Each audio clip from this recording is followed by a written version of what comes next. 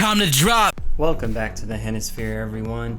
It's time to rank our final coaster from SeaWorld San Antonio. I will not be doing the kids coaster. Today's coaster is Journey to Atlantis. I got to ride this last week, actually. I did a test run on it in the morning, and then I rode it once 2 weeks ago. Journey to Atlantis is a Mack Rides Super Splash. It's actually classified as a custom layout because it's a little different than the Atlantica layout from Europa Park. And this was the first major coaster built at SeaWorld San Antonio since 1999. So that's an 8-year gap. It's a long time. And similar to Wavebreaker, this thing was supposed to have more thematic elements because it looks nothing like the ones at San Diego or SeaWorld Orlando. This one, it's always looked at as kind of the worst one out of the 3 at the SeaWorld parks, and it's the shortest, certainly. So let's break it down into our coaster ranking categories. The first 5 categories will be in the enthusiast group. We'll start off with the height. The height is 100 feet, so not bad. That's pretty standard for the coasters that I like to rank. That'll earn an average 5 out of 10. The speed, going down that drop, which is close to a 100-foot drop. It's not exactly. It's close to 50 miles an hour. Based on Atlantica's top speed, which is close to like 48, 49 miles an hour, I'd say this is right at 49, maybe 50 miles an hour. That's pretty average again, so that's a 5 out of 10. Drops. There are only 2 drops on this ride. One of them you get to go backwards on. That's pretty fun. The other one is not steep at all when you go into the splashdown. So that's only going to earn another average 5 out of 10. G-forces. You don't really get many G-forces on this ride, although going down that little drop backwards does provide a cool sensation. So this will only get a 4 out of 10. Wow factor. This is an interesting category. Let me explain. It is a water ride first before anything else. Yes, it's a coaster, but it's primarily a water ride. So wow factor is going to be a little above average because that's unique.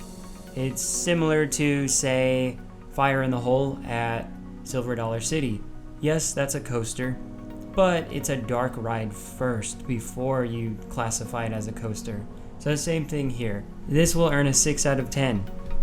And it's also the only Mack Super Splash in the United States. Pretty awesome. Adding all of that up, we get a score of 25 out of 50 for the enthusiast categories. And that is right there at the average. But comparing it to other coasters I've ranked, that is below average. Now we'll move on to the general public scores. Theming, I touched on it earlier. This thing had the potential to be maybe the crown jewel of the park at the time if it was all enclosed and air conditioned and told a story, because it really doesn't tell a story even. The only theming I can give it credit for is that archway when you go down the drop and you go through a tiny little tunnel, if you want to call it a tunnel. Then you have some rock work on the far end after you splash down.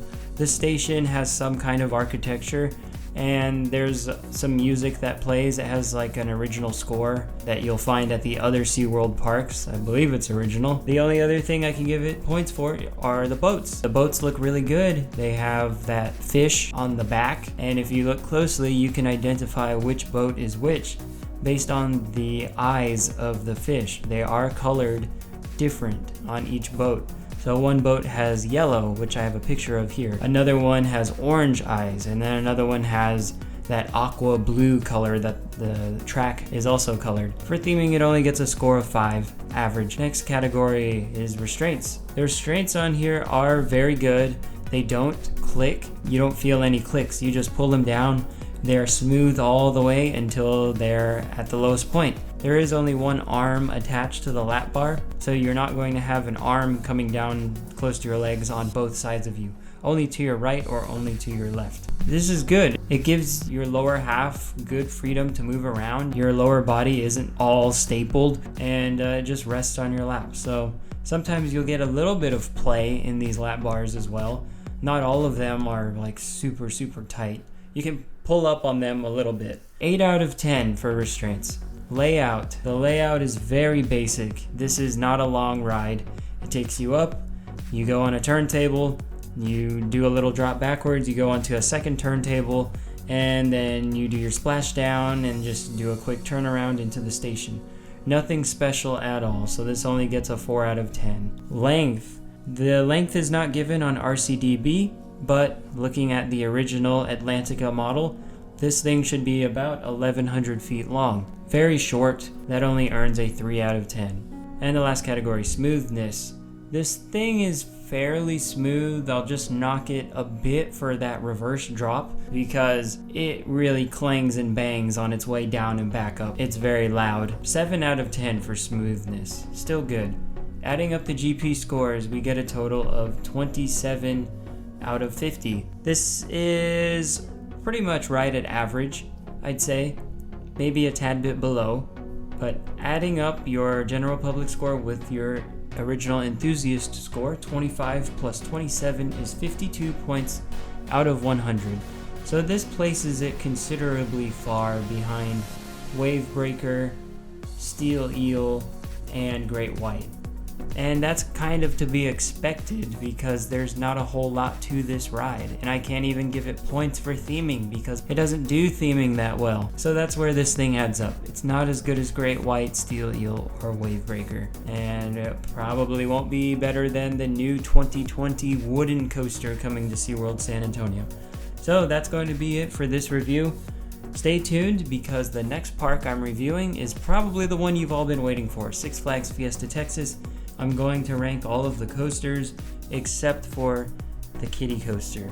So I will be doing Boomerang for the first time. I'll be doing Pandemonium for the first time. Obviously, you will get your big coasters like Poltergeist and Superman Krypton Coaster, Wonder Woman Golden Lasso, and everyone's favorite, Iron Rattler will be ranked on the Hennisphere scale. That's coming up next week, so please subscribe. More coming.